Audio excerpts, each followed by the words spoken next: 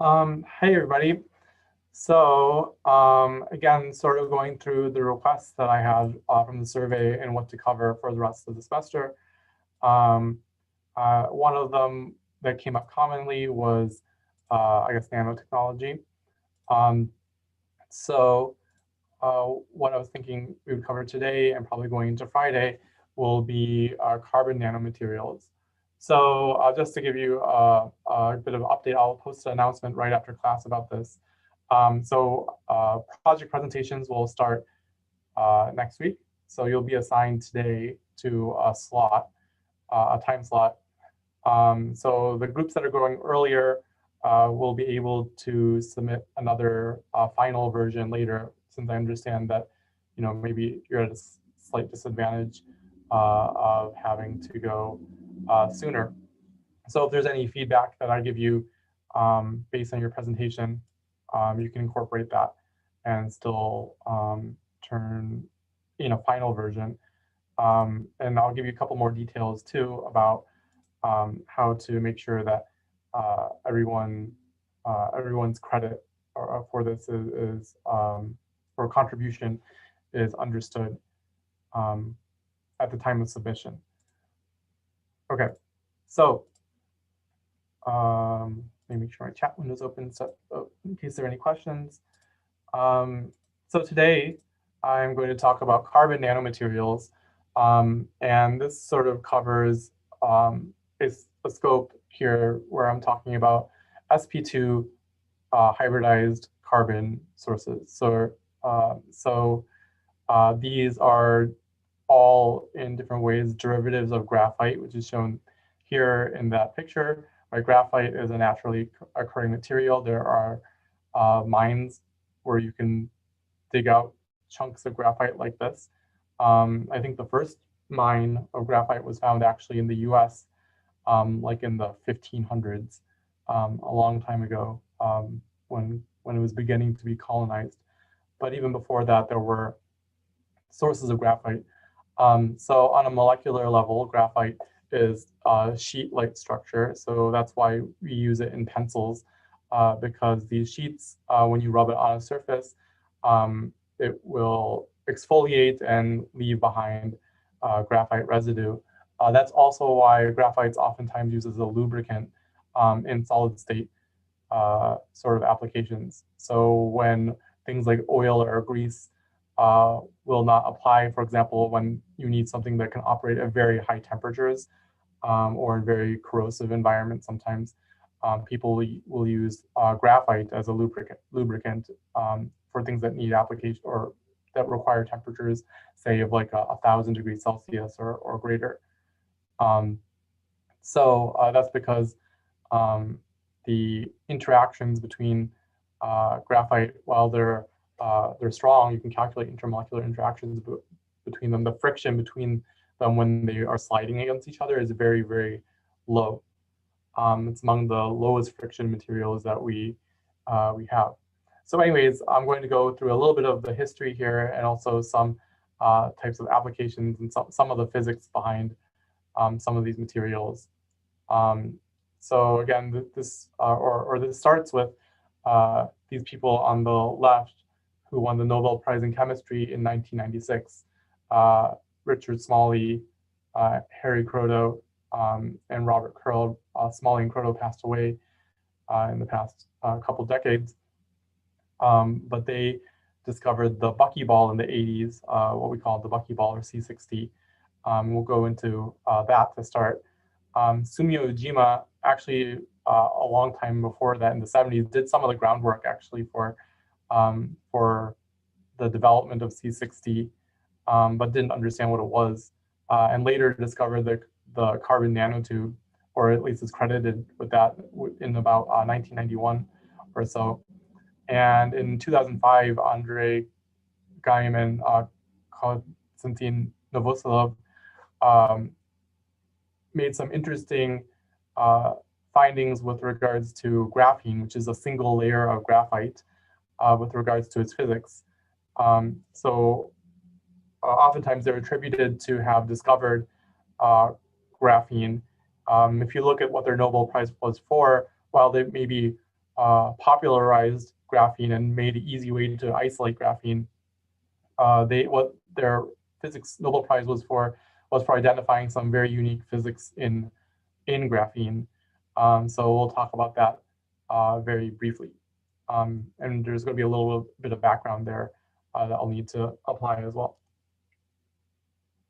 Okay, so let's move forward. Okay, so one way to think about these things are in a historical context. So how did this start? So Harry Kroto, who is one of the maybe the senior person on this, or the oldest, let's say, was at University of Sussex, and he was super fascinated with chemical reactions at the surfaces of stars. So this is completely unrelated to materials. He was an astrophysicist, and he wanted to understand spectroscopy of stars. Why do we see certain colors of light?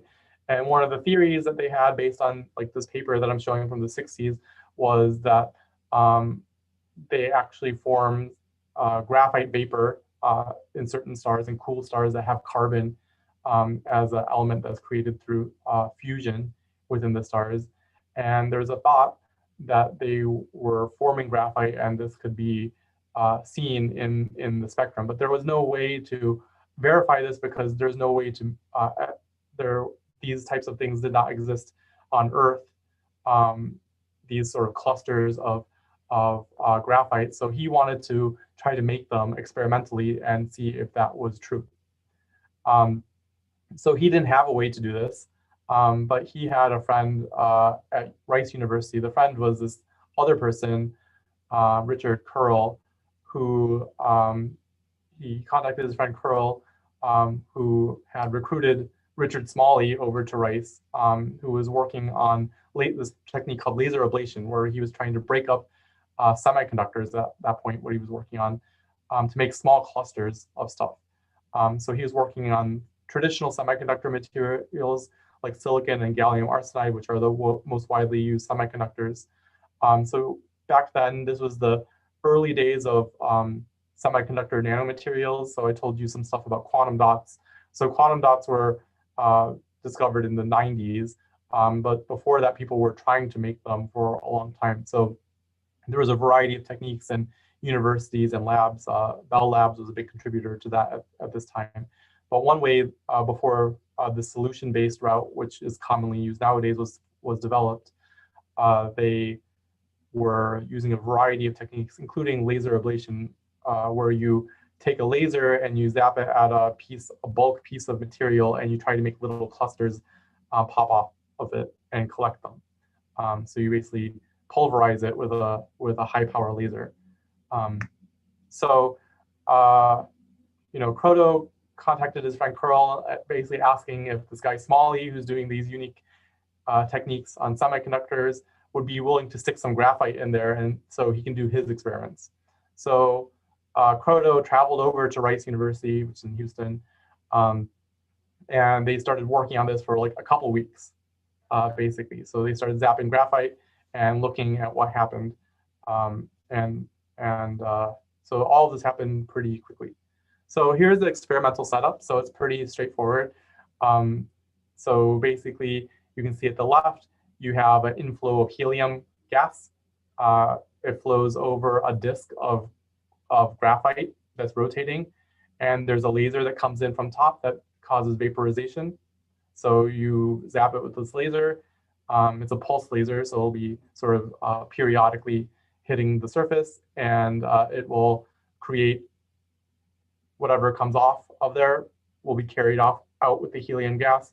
It goes through an integration cup. The integration cup is something that's commonly used for mass spectrometry to collect charged species or to charge them. And then it exits this and goes into a mass spectrometer. So pretty straightforward, right? You're basically making what they expected to be molecular clusters of carbon, and they're sending it into a mass spectrometer to determine how big are these clusters, right? That's the first step. Then maybe at the next step, the idea would be to do spectroscopy to see if this matched what they saw in stars, right? Based on the colors, the spectroscopic signature that they were seeing in stars. That was Kroto's dream, was to do that. So yeah, and I'll post this paper to Canvas if you're interested in looking at it, but the citation is here. Okay, so there aren't any questions about this, so I'll keep moving forward. Okay, so they have some mass spec that they got out of here, shown in this here, figure 3. So just to let you know, I showed figure 2 and 3. I'll show you figure 1 later. So let's go from bottom to top here in terms of what we're seeing. So this turned into essentially the way they interpreted this is as a reaction kinetics problem. They found when they use low pressures and sort of some non-ideal conditions, they got a bunch of different types of clusters of carbon, which makes sense that they attributed this to they have low concentrations of precursors, meaning the sort of clusters that they're forming, and they're carried out and they get measured by the mass spectrometer. So we see essentially every different mass. So this what do you call it? X-axis here is a number of carbon atoms. So you see a discrete number of carbon atoms coming out. This is only carbon and helium, so they don't react. So you should only see carbon out. So you're seeing every single carbon atom. You see an enrichment at 60. You see a sort of a higher peak there at 60, and at 70, you see another little higher peak. So in B, what they did is they performed this at higher pressure. So at higher pressure, this enables the kinetics of gas phase reactions to increase. So what they saw is at this higher pressure, 670 towards about room standard pressure, they saw this C60 and C70 peaks become greatly enhanced. So the story is Jim Heath, who was a graduate student, worked all weekend to optimize conditions to get panel A here, which shows essentially only C60 and a little bit of C70 that come out, essentially when they optimize the conditions such that whatever clusters that are forming can react at least as close to completion as possible. So that's really interesting because it implies that as the reaction, as you favor kinetics that move toward this extent of reaction going to completion, you are getting very specific products, right? So this implies that what we see in panel A are much more thermodynamically favorable species. So C60 and C70 are more thermodynamically favorable than all the rest of these clusters that we're seeing around it, which we don't see much. If you consider the essentially what you see in C as the precursor that's not allowed to react because it's too dilute for these to meet each other. It gets carried out and put into the mass spectrometer before they can react.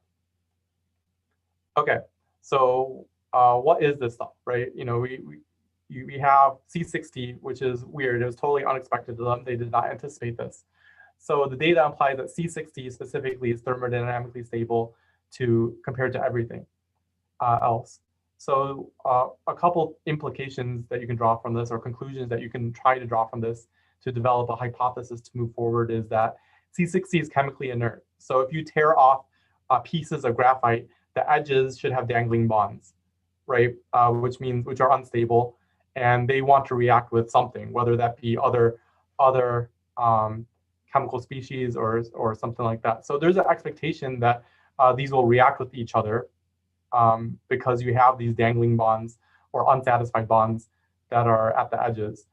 There isn't the expectation that you should form just C60. You'll see that the clusters will grow into larger clusters to minimize the amount of dangling bonds. But the fact that we see this giant peak at C60 and nothing around it implies that somehow C60 has very few or no dangling bonds compared to the other ones.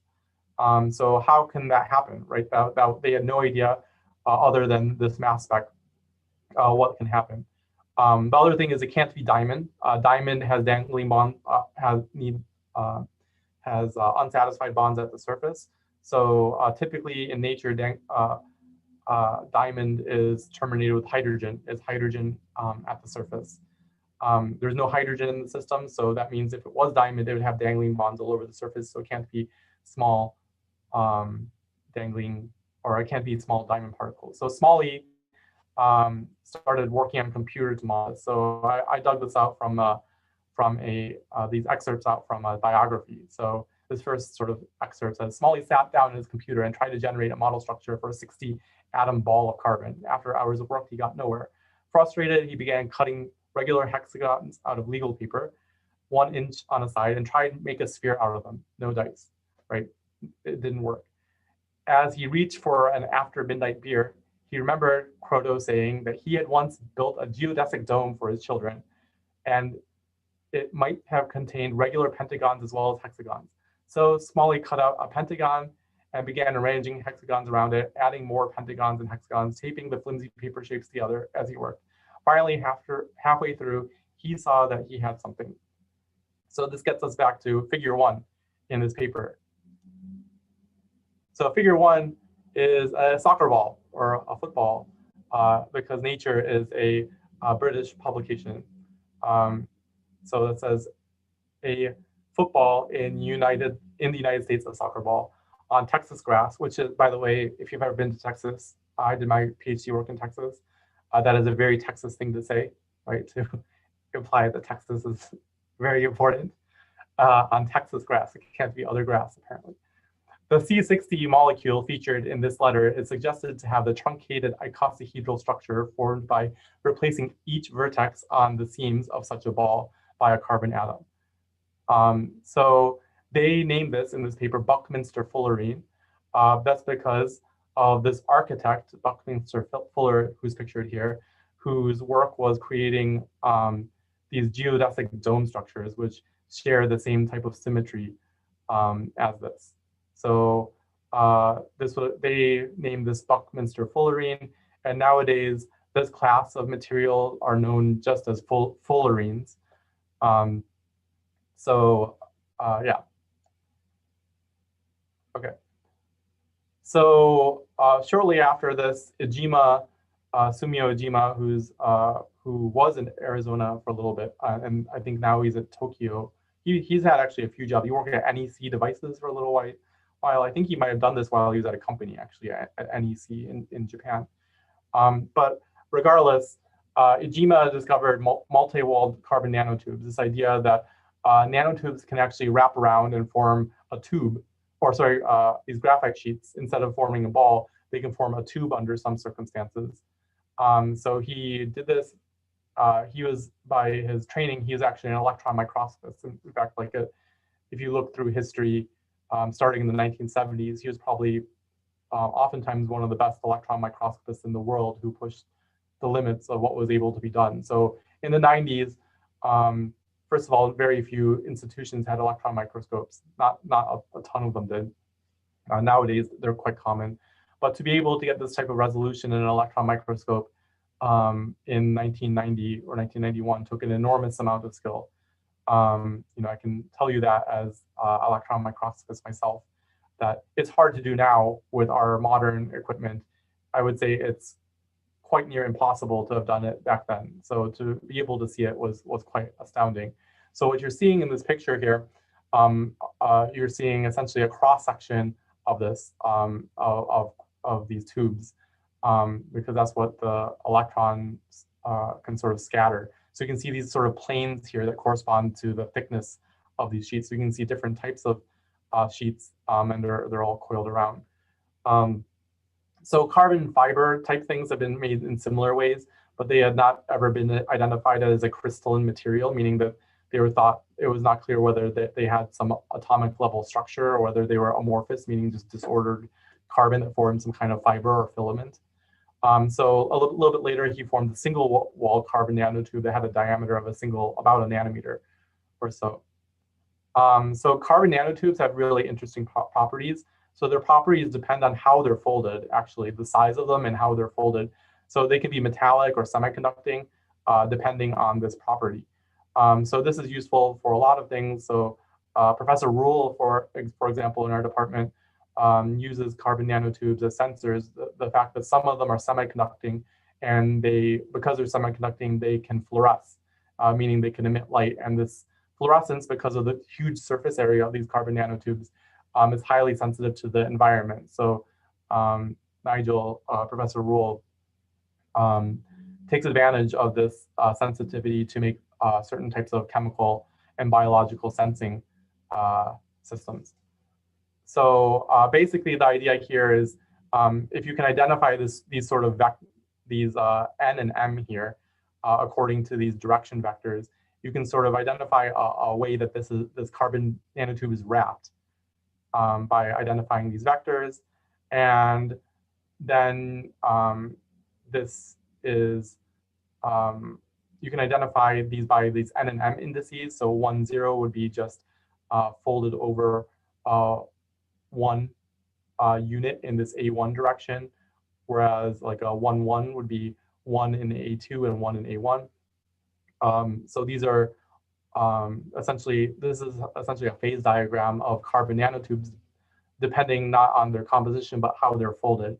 So there's two general directions that they call zigzag, which has to do with the fact that in this direction here, it goes in a zigzag motion in an armchair, because this sort of shape here looks like an armchair with like things you can rest your arms on. So the chiral angle depends on the angle between these two directions. And all armchair type, meaning going in this direction, are metallic. So all these blue ones are metallic. And the rest are metallic when m minus n is a multiple of 3. So the selection rules for these can be calculated, actually, using various kinds of theories like density functional theory, or there are other ones too you can use to predict this. But essentially, you can find that that this actually forms a very neat mathematical pattern here, that these blue ones are metallic and all these yellow ones are semiconducting, meaning they can fluoresce or emit light. And their light emission will depend on the size, and also how they're, where they emit light, what wavelength they emit light will depend on the size and chirality, meaning the index here, indices. Okay, so that's an interesting aspect of carbon nanotubes. So you can, you all might very well may know also that these are often used as structural materials nowadays because of their enormous strength. The first product that they were used in, I believe, were golf clubs, because people would be willing to pay $500 for a carbon nanotube reinforced golf club, and there are not many other things that people would be willing to pay that much for. But nowadays, carbon nanotubes can be found in a variety of high-performance products for reinforcement. It turns out that carbon fibers that are not carbon nanotubes can achieve a lot of the same strength enhancement, maybe not as much, but close, at a fraction of the cost. So oftentimes we will see carbon fiber reinforcement instead. Okay. So so the last thing that I wanted to discuss was this idea of graphene. So this was maybe attributed now to Andrei Geim and Konstantin Novoselov. And this started for them also by like a Friday night experiment. So you can see sort of a theme here that a lot of times these are not intended stuff. So, you know, as a person who has my own lab, I also encourage this idea of a Friday night or Friday afternoon experiment. Is something that I encourage my students to do as well, is to try something outside of the box. Because oftentimes the greatest discoveries that people make are when you just try something because it sounds fun.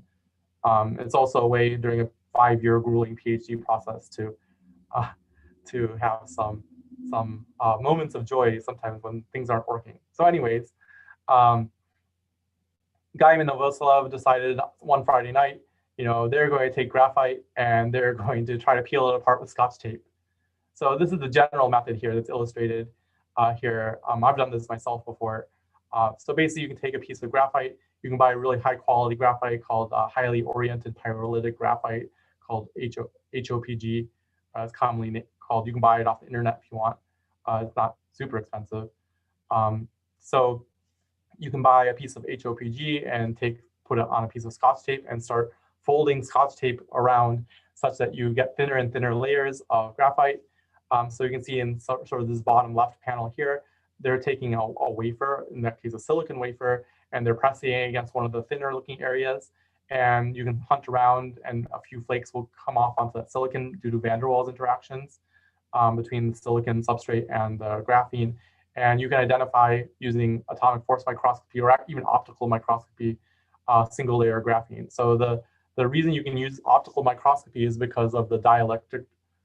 If you use silicon with a oxide on top, there's a big difference in refractive index between graphene or graphite and the SiO2. So this gives you a way to identify single layer graphene by color, actually. So, this was a very hot topic when I was in graduate school, and there used to be a bunch of students. I used to work in the clean room sometimes, and there would be a bunch of students who were doing this Scotch tape method, like sort of in parallel with each other and transferring it to silicon, exactly how is imaged here. And the people who got really good at it could identify a single layer graphene actually just by eye, because the color, there's slight variations in color, but once you got used to it, you could see where the single layer graphene, just because single layer versus double layer graphene, the refractive index differences, this sort of refractive index based color is dependent on thickness. So you all may have seen this if you've seen like a very thin layer of oil on water, how it might look like different colors in different areas. That's the same phenomenon that we see here. So anyways, in the far right, you can see that that's atomic force micrograph. You can see it with AFM, you can identify this.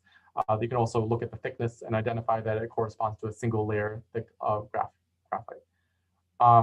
So the paper that they wrote has a much more obtuse title. So it's not like we discovered graphene, because they don't even say that they ever did, even though everyone maybe attributes the discovery of graphene to them. Their paper is called Two-Dimensional Gas of Massless Dirac Fermions in Graphene, right? So this maybe is a nonsensical title to most of you. I highlighted maybe the aspects here that are confusing. So I'm going to go through each of these one by one to sort of parse out what does this title mean and why is it important. Okay. So the first thing that we want to understand is, what is a 2D gas, right? So the first thing we want to talk about when they're talking about a gas here, they're talking about an electron gas. So what is an electron gas? So this is based off of a very old model in solid state physics, basically towards the beginning of when quantum theory was developed, or sort of quantum mechanics, before it was actually fully developed. There was this field, this model called the Drude-Sommerfeld model in 1929 that had some key assumptions. And the quantum assumption here was the Pauli exclusion principle, which you all probably learned in general chemistry. So the idea here is they wanted to make a model that simplified the behaviors of metals. So the key assumptions that they had were, in metals, valence electrons are an ideal gas. They behave like an ideal gas, but they have a charge, and they don't interact with nuclei. The idea of atomic theory was becoming well developed. People had the idea that the nuclei of atoms were quite small compared to the whole atom itself. So they could make the assumption that electrons, basically the nuclei are more or less invisible because they're so much smaller. The other thing that they had was the other assumption is that electrons don't interact with each other, which is a hard thing to understand. And this is, we can remember because of our understanding of the dielectric constant. So dielectric constant defines the screening length at which you have, in which case, or the effective charge dissipates. So if you remember, this can be thought of the Debye length, right? The Debye length is inversely proportional to the dielectric constant. So if you have very, very large dielectric constant, you have small Debye length, meaning the effect, how far away you can feel a charge will get smaller. So metals have infinite dielectric constants. So that means that even though these electrons have charges, they're not going to feel each other until they touch each other, basically. And if it's dilute enough, that won't happen. So if you're under ideal gas assumptions, they're not going to be interacting. Okay, so and that you can assume that because it's in metals, they effectively have infinite dielectric constants. That was understood then, but that turned out to be the reason why this model works pretty well. Okay, other things, that there was an assumption that molecules or electrons were having collisions with something. It didn't really matter what, whether that was the surface of the material, whether maybe that it was with each other, but there was a idea that generally that they had some collisions somewhere, and the collision, this affected how they interacted, and this change had some relaxation time associated with it. That's a third one. And the last one, which is the quantum mechanical aspect of it, is the Pauli exclusion principle takes place, meaning that, again, from general chemistry, that electrons can't occupy the same quantum state, meaning that they can't have all the same quantum numbers. So this results in something called a Fermi-Dirac distribution of energy. So just like atoms have a Boltzmann distribution of energy, because of Pauli exclusion principle, that can't happen for electrons. So electrons are fermions, so they follow Fermi-Dirac distribution of energy. So that gets sort of to this idea of Dirac fermions in the title, but not exactly. I'll tell you a little bit more about that. So this model for metals was developed in 3 dimensions, right? It's a purely theoretical model, and it's done in a box of 3 dimensions. So the math works out the same, or not the same. You can do the math for a 2-dimensional electron gas too. So that's something that was theorized back in the 60s. There's a thing called a quantum well that was developed in the 70s and 80s that all of our telecommunications depend on. So that was discovered back in the 80s, which consists of a 2D electron gas system where you have a very, very thin semiconductor layer. In this case, it's a few atoms thick. So our internet as we know it would not be possible without that technology. So this idea of a 2D electron gas has been known and even applied to real world devices for a long time. Anyhow, yeah, in your cell phones, you'll have those too, actually. So the most confusing thing here is massless, right? So one of the conclusions of their work is that the particles, the electrons in graphene, they have no mass, which makes no sense to most of us because we know that electrons have a mass, and it's 9.11 times 10 to the minus 36 kilograms or something like that, if I remember right. It's small, but there's a mass, and it's measurable because we learn it in chemistry. Okay, so one thing in solids that's a bit confusing is that in materials, electrons travel with speeds that correspond to an effective mass. And this effective mass can be higher or lower than the actual mass of an electron. And this has to do with the fact that electron is actually distributed as a wave function through a solid material. So the exact location of an electron is not exactly well understood at any given moment. So this is a weird quantum mechanical aspect. So in materials, electrons can actually move faster than they can in void space. So again, that is a complicated concept, but it is a fact, and it can be shown mathematically that that's the case. But to understand exactly why they're massless, we need to do some complicated math. And this is going to be easier to do in inverse space. So I'm going to introduce a concept called the Brillouin zone. Sorry, I can never pronounce that. So very briefly. Okay, so imagine you have a lattice. This is in 2 dimensions for simplicity. So 3-dimensional materials like silicon or gold or whatever would be a 3-dimensional lattice. So let's assume you have a lattice. In A, this is a simple cubic lattice. and B, this is a simple hexagonal arrangement that's infinite. So you can define what's called a primitive cell, which is the minimum amount of this lattice that can give you the symmetry of the structure. So for this simple cubic lattice or two-dimensional lattice, you can define just this one square, and you can define sort of the space it takes up in this.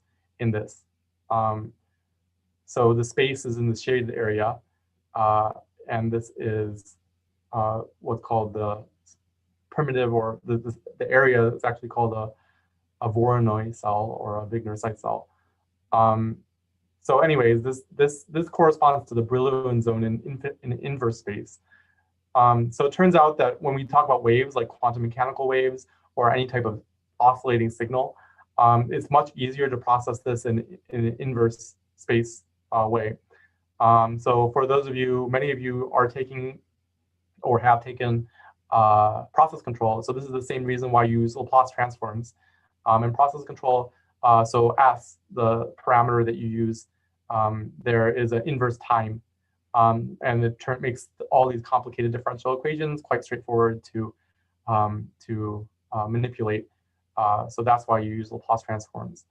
So this is very similar. This is actually a Fourier transform, this transformation to a Brillouin zone, which is quite close, similar mathematically to a Laplace transform. Okay, so again, for those of you who have taken a material science class or a crystallography class in chemistry, this is very similar to a Wigner-Seitz cell, which essentially tells you the amount of volume that atom occupies in a crystal. So in 2 dimensions, you can identify it by essentially connecting all the nearest neighbors together, and that space that you create by connecting, by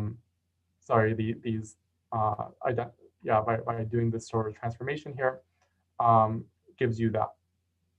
So you can do it in 3 dimensions too. Here we have what we call a face-centered cubic lattice, and you can do this, make this 3-dimensional thing by taking one of these atoms and sort of like carving out the space, and you get this Brillouin zone that's this sort of icosahedron here. Okay, so this is the first Brillouin zone for FCC lattice. So FCC lattice are things that have FCC lattices include diamond is a FCC lattice, face-centered cubic, silicon, germanium, gold. I'm not sure. I don't remember if gold is or not. Anyways, okay, so let's think about silicon. So this results in a band diagram. So this vector here, this direction in inverse space, we call that K. So it's called a wave vector. So you can plot the energy, essentially the allowed energy states versus K. For semiconductors, you get this gap here that's called a band gap. For semiconductors, silicon here is a semiconductor. So semiconductors have this gap here that where light will transmit through it. So any energy that's lower than this gap, with energies lower than this gap, will transmit through it. So that's why silicon is black, but it's transparent to infrared light. That's also why quartz is transparent. Quartz has an enormous band gap of 5 electron volts. So that means all visible light passes right through it. But once you get into the ultraviolet, it will start absorbing light because it has a very large gap. So there are these lower bands here. They're called valence bands, and that's where all the electrons are. There's these upper bands here, and these are called conduction bands. And in semiconductors, these are empty because there's a gap here. So to get a semiconductor to conduct, you need to promote an electron from the valence band to the conduction band, and then that's conductive. That's why semiconductors work. You're able to manipulate the conductivity of it by promoting an electron up here. So that can be done thermally. So if there's a non-zero temperature, you'll have some distribution of electrons up here. You can do that by applying an electric field, etc. So the effective mass of an electron is actually defined by the curvature at this point here, the minimum point of the conduction band. So materials, if you were to plot out these for different types of materials, like gallium arsenide will have a much sharper band there, and the mass of the electron, because the curvature is greater, would be lower. So that's why the mobility of electrons in silicon is like 1,000, and in gallium arsenide it's like 4,000. So you can measure that experimentally too. So graphene has this really weird band structure because it's in 2 dimensions. So these bands here can be approximated as parabola. And that comes from a theorem called Bloch's theorem in 3 dimensions. In quantum mechanics, it actually ends up with K being parabolic to at least to a Taylor series approximation. And what we see in graphene, though, is this here, up here is the valence band, or sorry, conduction band. Down here is the valence band. They're linear, they're not parabolic, and they meet at exactly 1 point. So this is called a Dirac cone, because if you did this K-space in 3 dimensions, it would actually form a cone that meets at 1 point.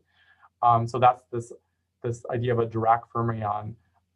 So the curvature here is essentially infinite because it's a point.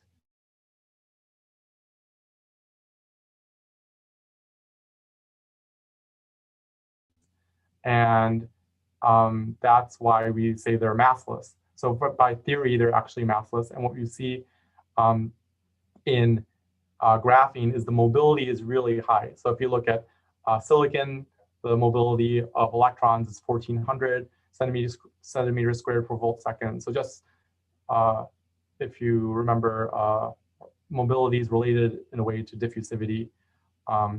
Well, diffusivity in an applied field. So if you apply an electric field, how fast are they moving?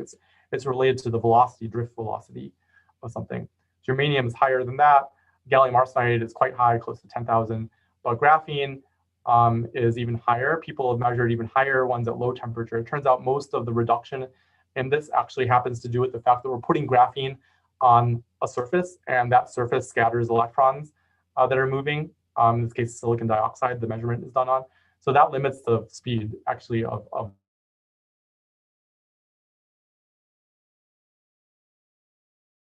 measure even faster mobilities. And people have seen this too. This type of scattering effects should get smaller at low temperatures. And mobilities, I think, approaching 200,000 or so have been demonstrated at lower temperatures, like at 100 Kelvin or so. So anyways, so because of this, people are interested in graphene as a new type of electronic material. So silicon is what's used in your cell phone or computer as the central processing unit.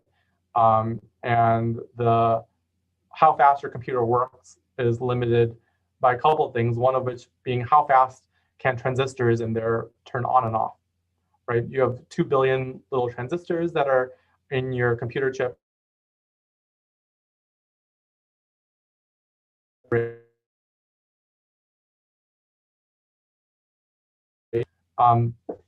But that speed is limited by a couple of things, one of which is by how fast can electrons move. And the mobility is a measurement of how fast electrons can move under an electric field. So that means that graphene compared to silicon, if you look at the difference in mobility, you should be able to get much, much, much faster processors if you're able to make a transistor out of graphene. There are some issues with graphene, and maybe I will use the last lecture where I'm talking to talk about some of these to continue on this. So I think I'll end there, and I'll pick up a little bit of related stuff that will incorporate more of the elements that we learned from class on Friday. But I wanted to talk a bit about nanoscience here, since people asked, requested that. Hold on, why is this freezing up here? Zoom meetings is not responding. Okay, well, if anyone's chatting right now, I can't see it because my it appears that Zoom is about to freeze on me. But that's all I have for now. If you have any questions, maybe you can stick around and I can answer them verbally, since my Zoom is about to crash. And I can't, oh no, there it goes. I can actually see the chat window now. Maybe.